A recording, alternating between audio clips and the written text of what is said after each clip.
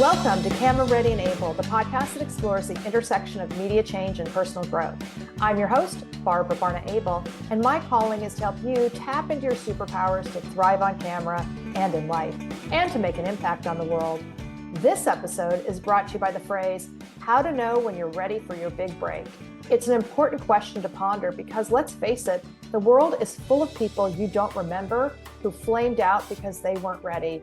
And it's very hard to get a second chance, particularly in this arena, but it's not impossible.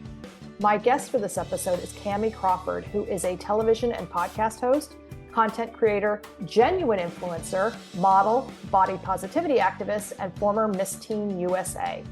Kamie tells the honest story of the first time we met sometime around 2012. It was an audition for E, and unbeknownst to me, Kamie was a puddle of tears on her way to my office, but she wasn't sure why she was crying. Here I have to pause for a second and tell you, Kamie made an enormous impression on me that day. I still remember her walking in the door and introducing herself. She had, and she still has, that ineffable quality, that it factor, but she wasn't ready for her TV break yet. It's really poignant, and Kamie tells the story beautifully. FYI, as you're listening to this episode, I'd like you to think about the difference between knowing when you're not ready and then making smart strategic decisions, as you'll hear Kamie did, versus the analysis paralysis that comes when we're overthinking, versus getting stuck in your fear. We hear so much about feeling your fear and doing it anyway, which can be really helpful when it is the fear talking, but you need to know how to check in and connect with yourself in order to know the difference. One exercise I recommend in order to tell the difference is simply to get quiet with yourself. Meditate, go for a walk, do your breathing exercises, and feel where in your body this is showing up. If you feel it in your belly, that's your intuition, so listen to it. If you feel it in your chest or your throat like a heavy weight or tightness, that's your fear, and you can talk yourself through it, first by acknowledging it and then by speaking it or journaling it. And just doing these things will reduce your fear to something manageable that you can control. In Kamie's case, she took action when she accepted that she wasn't ready. She played to one of her strengths, her incredible work ethic, and trained hard to develop her on-camera skills and deepen her connection with herself, the camera, and the audience. By the time Kamie auditioned for Catfish on MTV, she blew them away. Her confidence was through the roof and she owned it. There was no one else who could step into that role like she could, and Kamie quickly became a fan favorite. Welcome, my love. I am so happy to see your face. You have no idea. This is like the best part of my year so far, truly, because I've missed you so much. I miss you. Just to give everybody a little background, when I met Kamie 10 years ago-ish, Kamie was a college student. Yeah. Crazy. Making it happen. And we're going to get into that in the notion of connection, but also incredible work ethic. Thank you. Really strong goals. You're a perfect example of the idea of like sticking with it, really listening, taking feedback, focusing on mastery, and making connections. So talk to me about why you chose that as your word. I chose connection because it was one of the first really big notes that you gave me during our sessions. I have to preface this with, I came to you first because there was a audition for a role on E! News. And did I ever tell you the backstory of when I was on my way to that audition with you? No. Oh my God. Okay. So I hopped in a yellow cab. First of all, E! News, like that was my dream job. That's all I wanted in this entire world. You knew that after the fact, but like there was nothing more that I wanted in this world. And as a TV host, and now that I'm living in LA, I see that was like everybody's dream was to be on E! News. And, at the time, there was nothing more that I could have wanted. And the fact that the audition kind of fell into my lap, somebody introduced me to you and was like, she's doing this casting, you should do it. And I was like, oh my God, this is everything I've ever wanted and some. And I'm in the cab on my way to you. And I start bawling my eyes out, like crying, like full on crying. I call my mom, I call my grandma. They're like praying with me on the phone. I'm crying. I'm like, this is going to be horrible. Like I'm already starting off on the wrong foot. And then I got to you, we did the audition. And that was when you were like, I'm not going to send this in. I think we still have some work to do. I think you're incredible. I think that you could be the next Hoda Kotb. That's what you told me. And I was like, oh my God, Hoda. And you were like, I'm not submitting this because we just aren't there yet. And that meant so much to me because had I submitted then, who knows if I would have been able to even go back years later to audition for something else. What I realized is the reason why I was in tears on my way to this audition was because I wasn't ready. I wasn't prepared. And I didn't have any of the tools that it would have taken me if I did book that job, which I wasn't going to, because I lacked connection. But if I had booked it, I wouldn't have been ready for it. And I realize that now, but that's the backstory. But the reason why I chose the word connection was because once we did start our sessions together, that was my biggest struggle, was creating connection with whoever was on the other side of the camera. Because of my pageant training, we're taught to be very 50-50 and very politically correct and, diplomatic about all things. And it was very, very difficult for me to be able to make a connection with myself through the camera, let alone somebody else, because I didn't know who I was talking to. I was talking to some 50-50 person out there in the universe that, doesn't have an opinion. And it's not like, that's not a real person. So that's why I chose that word, because it was my biggest struggle and obstacle. And now it's something that I do every single day on TV, on Catfish, and on socials. And I've just really kind of dove headfirst into creating connections with the people that I'm talking to on my podcast everywhere. So it was my biggest struggle. And then it became pretty much the thing that I do every single day. And it's because of you. Oh, okay. Well, that's like the kindest, sweetest thing. But that was such a beautiful, powerful introduction. I'm kind of overwhelmed just like even processing that and getting to that point. It's like when you understood, just for clarity for 1 second, can you explain what the 50-50 person is? So basically, when you are in pageants, the kind of overall rule is like you don't want to offend anybody. So you have to always remain 50-50. You have to see both sides of the coin at all times because, you could have a strong opinion about climate change, but you're supposed to be the people's queen. So you need to have opinions that reach everyone. And it took me a while to realize and break down, and through most of our sessions, which were actually therapy sessions. That was before you got your life coaching certification. So you were already on a roll. You're doing great. I was your first client.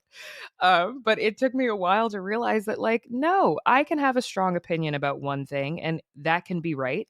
And somebody else's opinion can be right for them, but it doesn't take away from the fact that this is my opinion and I can speak on it. If I'm going to speak on it, I'm going to speak in a way that is, well educated about the topic and has some feeling behind it versus that 50-50 person that's like, well, and there are some things that you can see both sides on, but then there are other things that there is no other side. And it's okay to just say, this is how I feel about this and move forward in that direction. I really want to comment just for listeners and circle back to this though, is something you just brought up is that when we talk to everyone in a hyper niche world, we talk to no one, especially if we're coming from a fear of causing offense, as opposed to coming from a place of feeling empowered because I want to make an impact, which is a total different energetic shift. If I can, I want to say, well, first of all, just applaud. Like, again, it's what I said in the intro. It's like your incredible work ethic and your hard work and the leaning in. But I really saw your voice emerge in a whole new way 2 summers ago during Black Lives Matter. Yeah. Yeah. That was a time when I felt like there was no other option but to speak out. I think that, being in the industry and the fact that I have been working at this through entertainment and modeling and all those things from starting with Miss Teen USA when I was 17. And I went through so many different microaggressions and so many different things where I wish that I would have stood up and said something. And I wish that I would have expressed the opinions that I had then. It got to the point where I was like, okay, be the change you want to see. Like, start talking about these things. And it's not enough to just be an influencer or a person with influence. It's not enough to just have, the platform that I have being on the show. Like, what are you doing with it? Because if you're going to be an influencer, like, you need to influence some kind of change. And, even just getting older and like knowing that my sisters are watching me and I want to have kids someday. And I want to know that they know that I stood up for something for them that's going to benefit them as they get older and grow up. And there was just no other option. There was no other choice. I had to use my voice, and the fact that I have a platform that does have a mixed demographic, I was like, okay, well, if you're going to be following me, this is what I'm talking about. So if you like it, then stick around. If you don't, then that's too damn bad. That's how it became. That's how it started. And I didn't even mean to necessarily be an advocate. This is just my life. And so I was affected by it, and there was nothing else worth talking about to me, because if I'm going to be and have a platform and have a brand that is me being unapologetically myself and authentic, then I need to speak on the things that are heavy on my heart at the time. And that was one of them. I couldn't wake up and just get out of bed without feeling the heaviness. So if I'm going to feel it, then I'm going to talk about it. How does it feel to stand in your power? Oh, incredible. Incredible. And that's why I say, like, after you unleashed that beast, like after you opened Pandora's box for me of being my authentic self and realizing that that was good enough, and that the people who are going to buy in are going to buy in, and the people who are going to log out are going to log out, it changed everything for me. Like, once you give a person, let alone a woman, let alone a Black woman, her voice, oh, forget it. I'm never going back. I could never go back. It's the only way. It's the only way. That's why now when people are like, would you ever compete in another pageant? I'm like, oh, no, honey. I'm too far gone. I'm way too far gone. 50-50 is out the window. You know, one of the things I mentioned in my intro is that connection is one of my 7 C's, but I want to talk about it because it was so powerful in your intro that you had the self-awareness, the connection to yourself, to understand that you weren't ready. Mm-hmm. That's one of the most incredible things anybody's ever said on the podcast, because we rarely stop and talk about that, because there's a lot of, important cheerleading, like, yes, you can, you go do it. But sometimes we don't allow ourselves the space to stop and think about that. Mm-hmm. And I read something really great today, was the idea that not to confuse or conflate caution with fear. Mm-hmm. Right. And so I think that's what you're doing. Which is like, you know what? I'm just not ready. And to own that was amazing. So that's the self-awareness, and that's the connection to yourself. But among the other connections, one, is obviously connection to the camera. And once you start to understand yourself better and who you were talking to, any of us, we all start to connect better with the camera. But I want to come back to Catfish, because you connected with the material. Yeah. And I've never seen anyone better suited for a show. So you could please share the story, because it's so good. Because not only like you're so phenomenal on the show, because you're like a catfish savant. Yeah. Yeah. Exactly. Naturally very nosy, naturally very curious. But with opinions. Yeah, Don't exactly. Exactly. I remember even when I got the job, I texted you and I was like, I cannot believe it took 7 years for me to get that job. Like, for me to get the job, it took 7 years. And had I not spent every single last one of those years working on my craft and developing and, trying new things and who knows, failing, who knows, like whatever it was, had I not taken that journey, I wouldn't have been ready for this big of a platform and this big of a show, and a show that was literally created for me. Because I remember spending a lot of time being like, when is this going to happen? Even up until the week that I booked Catfish just as a guest host. How that even began was I was going through my quarter century life crisis. I had turned 25 and I was like, what am I doing with my life? I am never going to be on TV. I need to just hang it up and like go get a 9 to 5, or like go work at a magazine or something. I like fashion. Like that could work for me. And I was talking myself out of my dreams, just because I just felt like, why hasn't it happened already? Like, it should have already happened. I'm great. Miss Barbara thinks I'm amazing. My mom thinks I'm fantastic. Like, why haven't I already gotten this big gig? And it was like, I ended up booking Catfish. They reached out to me. I got like a cold email from someone in their casting department at the production company. And I was like, this doesn't feel real. Like, this feels like I'm being catfished, but I'm just going to go with it. And at the time I was considering a move to LA from New York, where I had been for 8 years. And I felt like I was like losing my mind, quarter century life crisis, moving across the country away from my family. I was like, what are you doing? Like, what are you even thinking? Because at 25, I thought that I knew everything, of course.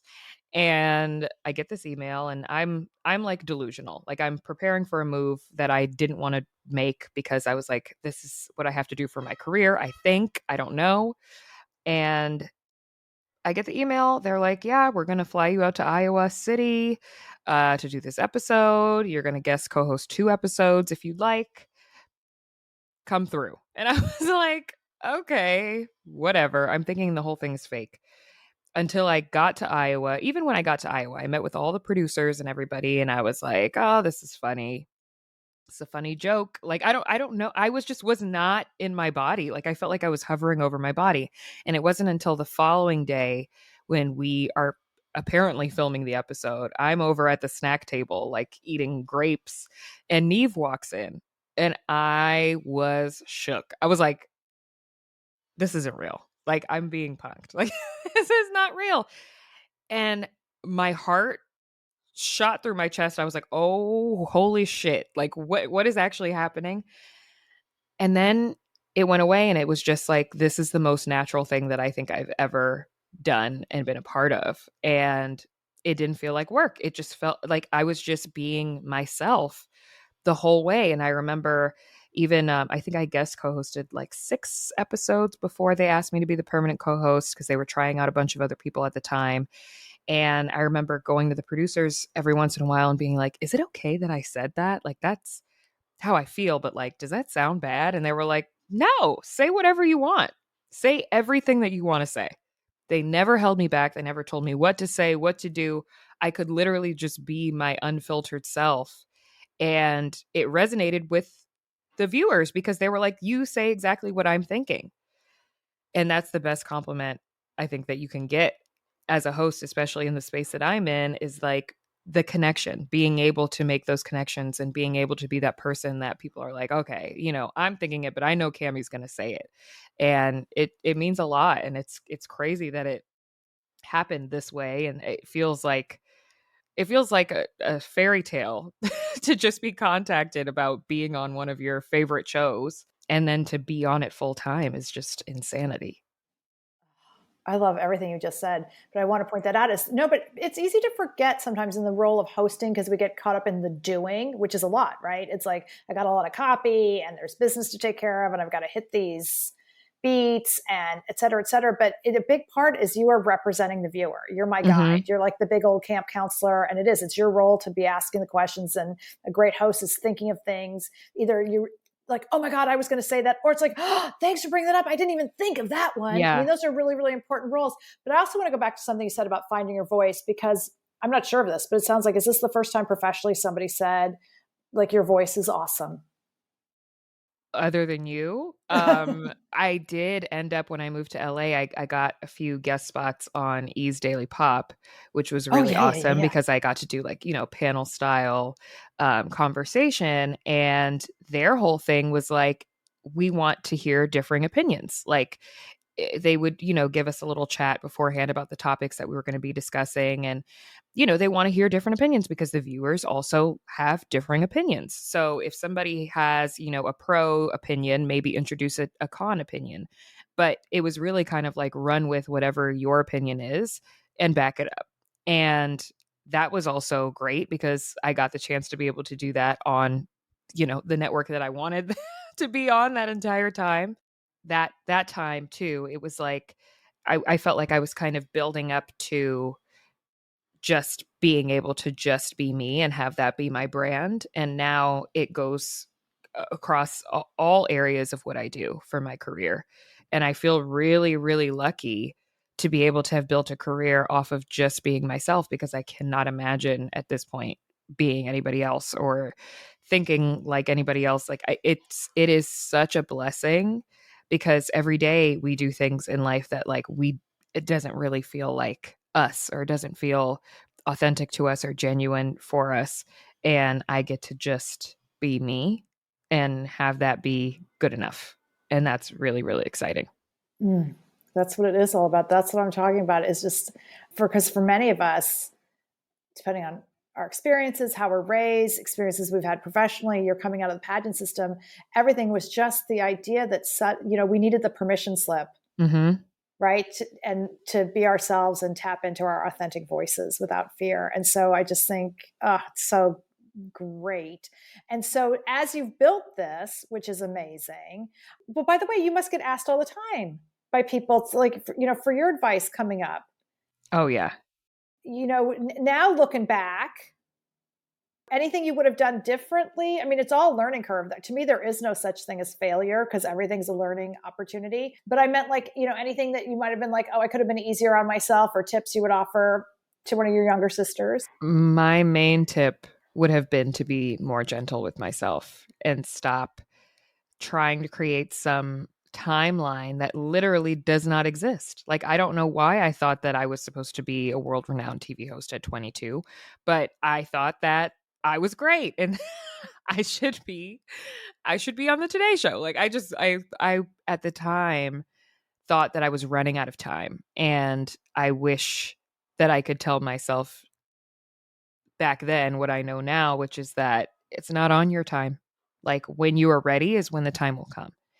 And that's what I've realized about everything. Even with, now having Sports Illustrated under my belt, if I would have gotten that opportunity last year, I wouldn't have been ready for it because mentally I was in a different place. Physically, I didn't feel my strongest. Now I'm at a place where mentally and physically I feel the best that I've ever felt. And, I have the maturity and I have the platform and I have the confidence to be able to be a representative of that brand for millions of people who are watching. And I don't know that I would have felt that way a year ago or 2 years ago. So, but it's something that I wanted. It's something that deep down, like, I wanted it. I was like, oh, that would be so cool. But I never thought that I would ever get it. But things will fall into your lap and the dots will connect when you are ready and when you have all the tools that you need to be able to handle it. And you just have to, like, trust the process and literally just go with the flow. It's something I still have to remind myself, but I have learned over the years to just trust it and just move with it, because stressing about it and trying to be, like, super anxious, it doesn't read well. Everybody knows it. Everybody can sense it. And, when you're coming into an audition and you feel you're giving off this energy like, I need this, uh probably not going to get you the job as much as, like, you know what, I've worked really hard for this. I have all the tools in my toolkit to be able to do this job. I'm confident in it. Let's give it a try. Whatever happens, happens. Because in the entertainment industry, you could have all the tools that you need and still not get it. There was a chance that I wasn't going to book Catfish because they were looking at somebody else. And, I had told myself, like, I really, really love this job. I think it's perfect for me. I think that I would be amazing on it. But if they pass on me and they pick the other person, then it just wasn't meant for me. And the next thing that is will come. And that's just what I had to remind myself. So, Wait, and to that point, I also want to say, having watched those episodes, because to remind people, y'all were trying out on camera. They were airing your tryouts. Yeah. Which, so that has its own level of, anxiety or just, putting yourself out there. But the point is, you could go back and watch those and know that you left everything in the episode. Yeah. Yeah. And that's an amazing feeling to be able to stand by your work, because then if it hadn't happened, it wasn't because of you or your work. It's like some other thing completely out of your control. But it's like, as the goal is always just, it was all there in the episode, and they're really fun to go back and watch. Yeah.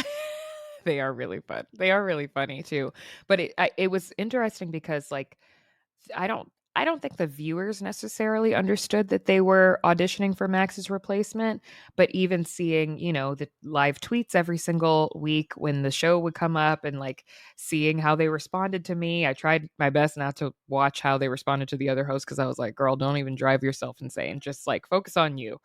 And, the fact that people were so excited when they saw that I was coming on a new episode, it felt really, really good. And I was like, okay, well, even if I don't book this full time, like, at least I developed new fan bases that will carry on into whatever my next job is if I don't get this. So, just trying to remain positive. It is hard, though, because when you've worked a really long time, and there are some hosts that have worked 10 years, even longer than I did before they booked, a big thing. It can be like, oh God, like when is this going to happen for me? But when it does, it'll be worth it. So you just got to keep at it, keep going. Well, Bevy Smith talked about it on the podcast too, because it took her exactly 7 years to land Fashion Queens. And she talked about it too. It's like, I'm so grateful she didn't quit too soon. Yeah. Right. Because it's like, what if I quit in year 5 or quit in year 6 when it's really tough?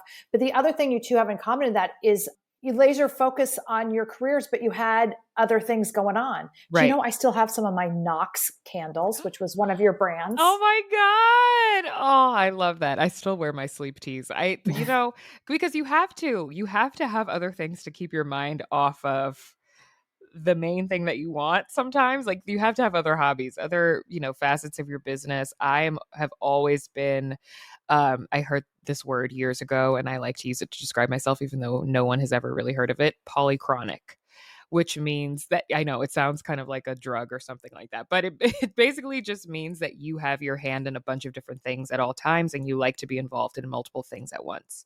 So I'm a polychronic person and I like to be involved in multiple different aspects of business, which, is also multiple revenue streams. So, I had my lifestyle brand, which I dissolved because it became too difficult after I moved to LA and started working with Catfish. It was like, I can't get to, I was a one woman show. It was very, very hard. And I didn't have a full team then like I do now. And, I also have now my podcast. I have, um, the modeling side of things, Sports Illustrated. I have, social media brand deals and things like that I do on top of Catfish and full-time co-hosting for that. And, whatever other smaller gigs might pop up. And I went from having, being a one-woman show to now having an agent and a manager and at some points a publicist. And I have an assistant who is amazing and an attorney, like a whole team of people that work on my shit all day, plus me. And I feel like a real businesswoman. And, I think that also helps when you're growing, like adding people to help you, because there is nothing endearing about taking on the struggle all day, every day by yourself. Like if you can have people help you out, then hire them. That's what I've realized. Like you don't have to make every single reel yourself. You don't have to self shoot every single photo shoot that you need for your headshots. Like if you have the means to be able to do it, hire somebody, hire some help, because then you can just focus on your craft and it makes it a lot easier. Okay, the struggle is so real, because that is one of the things that many creatives do in the building of a brand, is that when you get to that really tough, tense part where you're not quite generating enough income to really, you're still in the one. Okay, there's that. But the other thing I recommend to everyone always is have a savings account for your career, so that you can invest in yourself in strategic times, whatever that is, to hire people on a project basis, to create that thing that's going to lead to generating more income, and to understand the difference and what that return is that you're looking for on that investment. And one of the best questions somebody taught me was to ask myself all the time, and then what? Meaning, so I start to understand, what are my expectations? So if I do that thing, and then what happens after that? And then what happens? And what's the plan moving forward? Yeah. I mean, even when I was modeling, I found myself, as I was also going to you and like doing, little hosting things on the side, I found myself being on modeling sets being like, oh my God, I wish somebody would just talk to me. I wish somebody would just talk to me so that I could just like tell them what I have going on in my life. And, modeling is, especially when you're shooting like e-com work, it's like 200 shots in a day. They don't want to talk to you. Like we're trying to get trying to get shit done over here. We don't want to have conversations with the models right now. But I became bored because I was like, this is not what I want to do. But guess what? This $1,000 that I'm making on this set is going to pay for my website. It's going to pay for my reel. It's a means to an end for what I need to do to be able to get to where I want to be. So I was hustling to be able to make the money that I needed to make to be able to fund the goals that I had. Yeah. I mean, now I do it with my regular bills, which is nice. But like, sometimes you just have to think of it that way. Like, okay, if I'm waitressing or if I'm bartending or if I'm who knows what I'm doing. Like, this is what I am doing to be able to maintain security and to be able to fund X. And it makes the days go by a little bit smoother when you're doing things that you don't really love. That's what I refer to as like the negotiables, the non-negotiables, the things that we have to do in our businesses. I'm with you, like Yeah. taxes and bookkeeping. But I actually want to go back to connection, which is our word for this episode, because what you just described though is keeping you connected to purpose, Mm-hmm. connected to why, very connected all the time to your goals and your vision moving forward, which I think is incredible. So I'm curious, it's like, one, do you have any, like daily rituals or things that you do to keep you connected to self when you're on a set? When I'm on a set, really, really it's the before. So like today, I'm home, but tomorrow I'm flying to New Jersey actually to film Catfish. And I'm going to be gone for pretty much the whole work week. So I have to do everything that I have to do to set myself up to not being stressed out for the rest of the week, that I'm not going to be home, preparing for our podcast relationship airs every Friday. So I have to make sure that like I go through all of the clips and get the episode blurbs and make sure that we're set for, the assets and things that we have to present to whoever our guest is, plus the podcast network that we work with. In preparation for Friday, I have to record all of the ad spots that we have for the week, which me even just saying that reminded me that I have to do that. And like just setting myself up properly. I usually like to go to the gym and work out with my trainer and like do the things that I need to do for myself to lighten my load while filming. And then the day of filming, not really much goes into it. I don't really feel like I have to do a ton, but it is a lot of pouring into other people's cups. So, at the end of it, I do like to end with a therapy session with my therapist. That has made a lot of a difference for me, just being able to give myself back some of the love and attention that I give to other people on the show. Mm-hmm. Wait, something really important that you pointed out too is when you start to achieve your dreams, you don't become less busy. Yeah. Absolutely not. And some days I'm like, oh my God, I need a day off. And then I'm like, you wouldn't even know what to do with your day off because you're always working. Like there's always something. There's And always it's something. awesome. I Yeah. mean, it's not that it's bad, but it's just Carrie Fisher years ago. I love this quote all the time. She's like, you don't get there and suddenly you get to take a nap. No, There's no no. nap. And so that's why I love to talk about like the rituals question, because it is so much about, you just get busier and busier. So it becomes about self-care. And it was Mm-hmm. just so wonderful the way you described all the things that go into doing your podcast and balancing that with shooting episodes of your show, et cetera, et cetera. So now the next question I have for you in terms of connecting and future and dreams, like, are you a manifester or a vision boarder or any of those things? I made a vision board. I think it was in 2019. And I think I've accomplished a lot of what was on there, but I'm definitely a manifester. I'm definitely a speaking it into an existence, speaking life into everything that I do kind of person. I am not a person who ever says if, I'm a person who says when, because I think that it makes a difference. And, even I was talking about this yesterday, but even when my friends are like, yeah, if I da da da, or like if anybody in my circle says like, yeah, if I get this job or if I get this promotion or if I, get approved for this loan, I'm like, when I'm that annoying person. Like when you get approved for the loan, when you get that job, because there's just something to it. Like, speak it as if it were. That's what my mom always says. That's how I go about it. Amen to that. Mm-hmm. I keep that. It's actually taped on my on a post on my computer monitor that says "act as if it's happening," and I'm a big believer in the power of the "I am" statement. So, along with that, anything you want to share that you're dreaming of, considering all the things you now really actually have accomplished in 10 years, which is pretty darn amazing. Yeah, a lot has happened, but there's still so much more that I want to do. And that's the other thing about like reaching your goals. You just get new goals. Like there's just more goals. So that's why even when people are like, I'm thankful to have so many people looking up to me and supporting me, but they're like, you've made it. And I'm like, I still got more ways to go. Like there's still a lot of things that I want to do. I'm really, really proud of myself. And I'm finally at a place, at 29 where I can say that I'm really proud of everything that I've done. I remember even when we were working together, I was constantly, what did you call it? Not like speaking down on myself, but what's the word? Oh, self-deprecating. Self-deprecating. You were like, Yeah. stop self-deprecating. But it was because I wasn't confident in where I was. Like I felt I It was didn't so have apologetic. way too apologetic. Ugh. Who was that? Who is she?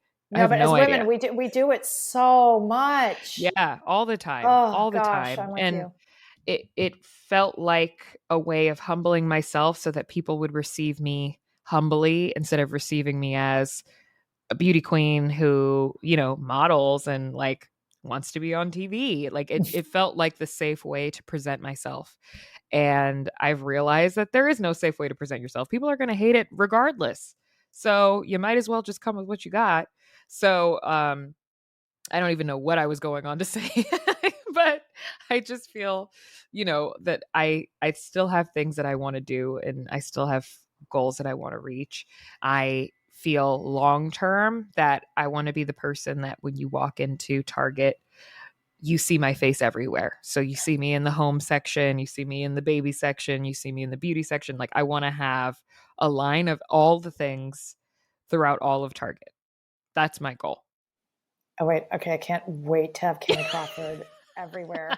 So wait, can you just share a little bit like what that looks like to you? Like what are your colors? What are your fabrics? Oh, everything is going to be for sure along the same lines of like my brand colors now, which is like blush pink, beige, white, browns, very much all the colors of pretty much everything that I do is like the same color palette.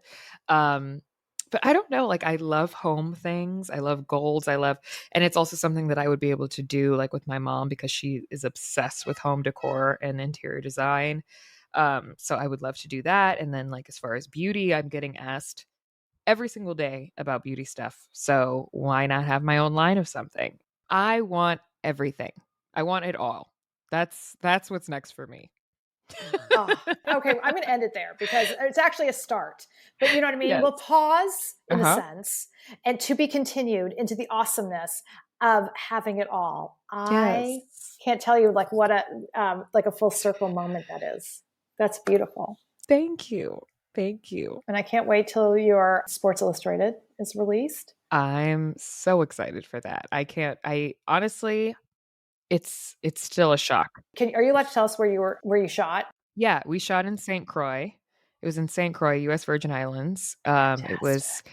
intense. It was like 4 a.m. call times, shooting all day, no clothes. I had sand in places that a woman should not have sand. It was insanity, but it was another experience where I was like, "Oh my god, this is exactly where I'm supposed to be." Like it felt very natural. The team is incredible and it just felt like I'm prepared for this. This is what I deserve to be a part of. And their brand is just so aligned with mine that I just like this is it. This is the next one. It's the best feeling. That is beautiful. I love and adore you. Thank you so much, Kamie. And I want to thank you for listening to Camera Ready and Able. Please visit abelintermedia.com and download my free ebook, 12 Tips for Success on Camera. And as always, please be sure to hit the subscribe button if you haven't already.